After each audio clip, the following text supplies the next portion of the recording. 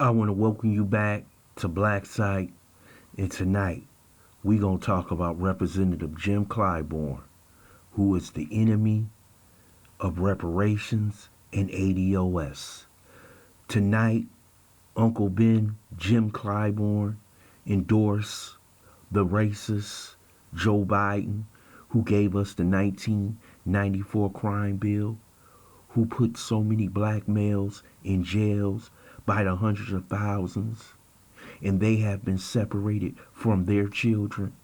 I haven't seen Jim Clyburn crying about the children being separated, but he was crying about the Hispanic children crossing the border being separated from their children.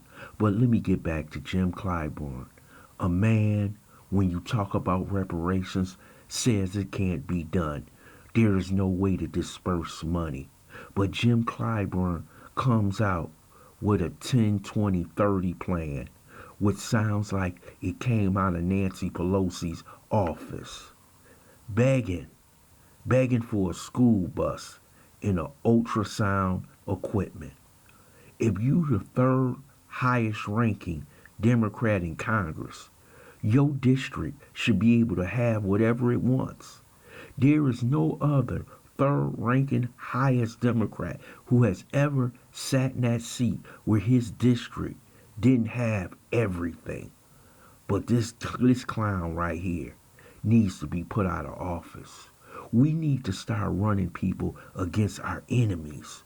And we have to understand some of our enemies are black. We just can't follow people like Jim Clyburn over the cliff. And I'm going to have to say something about the people in his district when asked about reparations.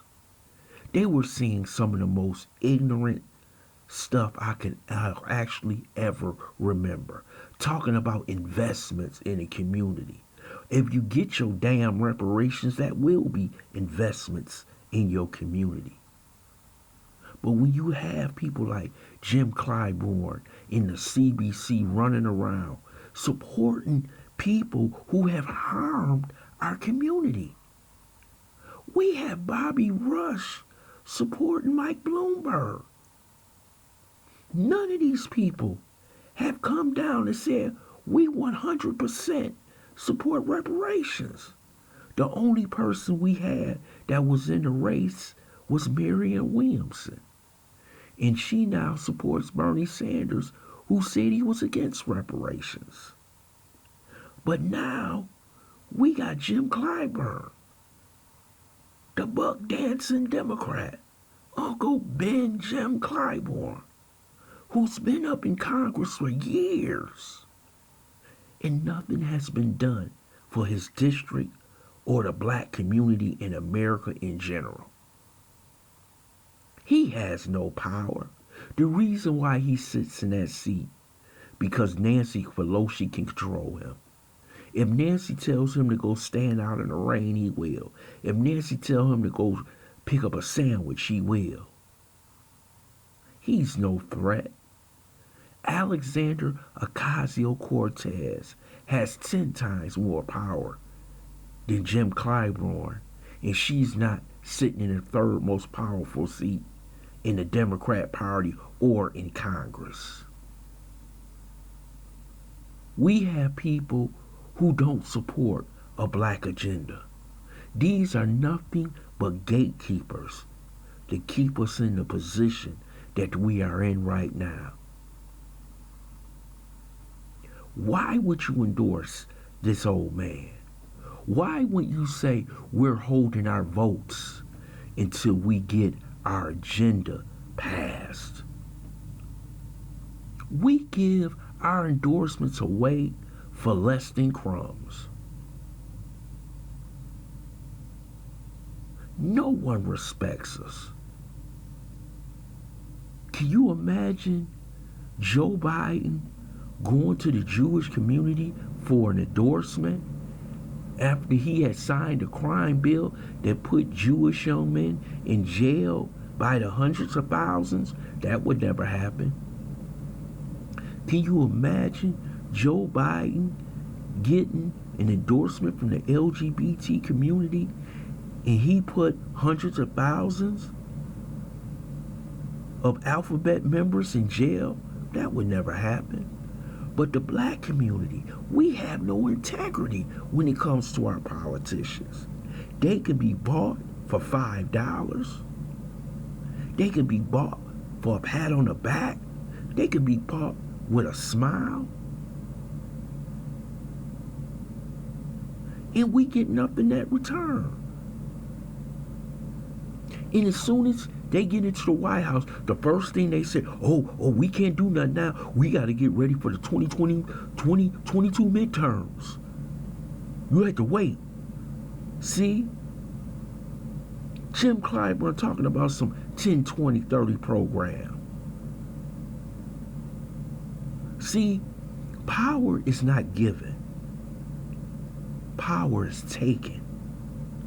And if you don't have men and women willing to take the power, they don't deserve to be in that seat in Congress.